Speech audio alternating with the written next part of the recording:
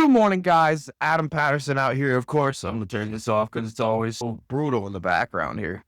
It is the Tuesday after returning from Thanksgiving break, which for me means it's email day. I'm about to construct up this email. I am going to make it as personalized as I possibly can, and then I'm going to send it off to my email list. I was thinking about things yesterday, and I made this paper sheet that's behind me that you'll probably see in the video that comes out prior to this. And it's all about the assets owned by each business.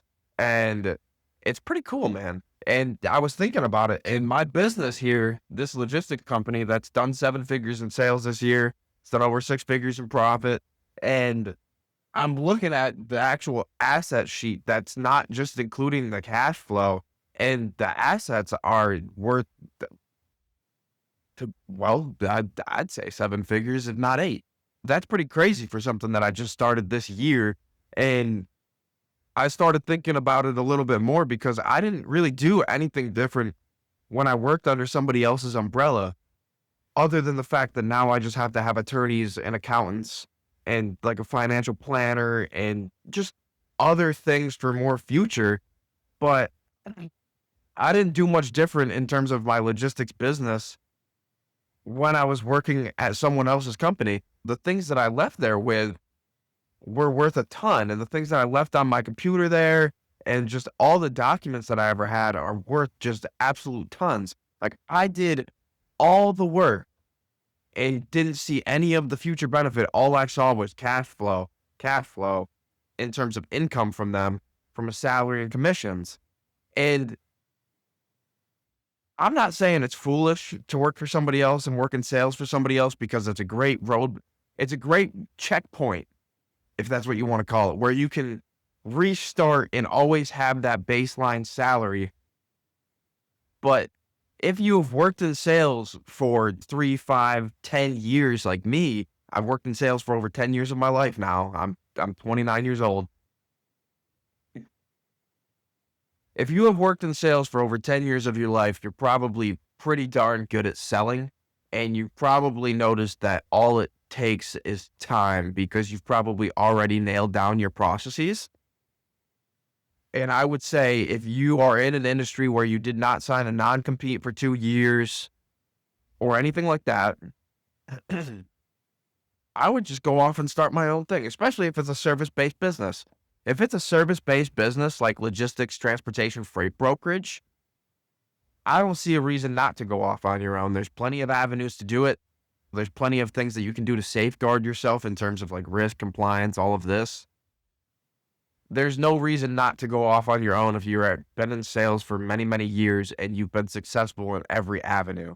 I know people still who work at old companies that I work for, and they always had the idea of going off on their own. They always talked about how successful of salespeople that they were, how they were the best in the company or up there.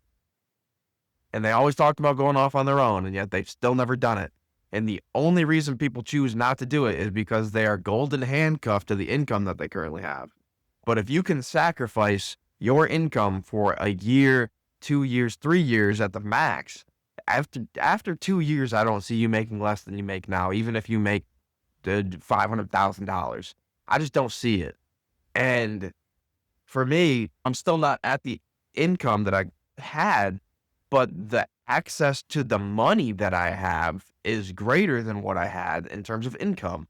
I don't pay myself what I used to make, but I never needed to make it.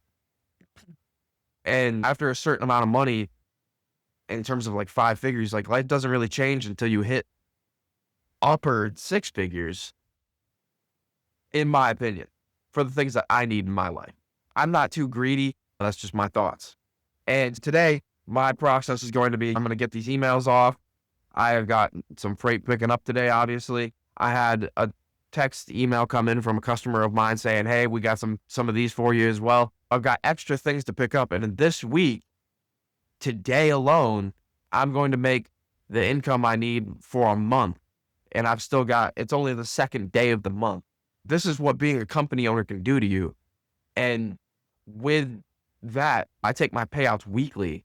Next week, I'm going to have all the income I needed for a month. And then after that, it's just, that's what I'm saying. 2 days in, I've made all the income I need for a month. And now the other 29 days of this month, I just get to layer it on for future months. And now I'm just stacking and stacking and stacking, building my cash pool so that I can use it as leverage to hire so that I can scale faster. That's the genius in owning your own business, owning your own company, owning your own destiny. But that's all I really wanted to get on here and talk about. It was more of a rant than it was anything else. And it just goes back to what I talked about in the last video of making something happen. Make it happen with your customers. You can gain more business from current customers. It's the easiest thing to do. All you have to say is, what are you doing today? Just reach out to your customers. Make them love you. Make them want to work with you. Past that, make something happen with new prospects. Start new conversations, new emails, new phone calls. That's my day today. My day today is cold emails, my email list, cold calls, record content, do my Instagram account tuning, which I talked about in the last videos, and then go work out. You don't have to overcomplicate these things. Life is not this hard. Business is not this hard. All you need to do is find a way to make some dang money. And that's it. That's it. Get after it. Make something happen. Tune in next.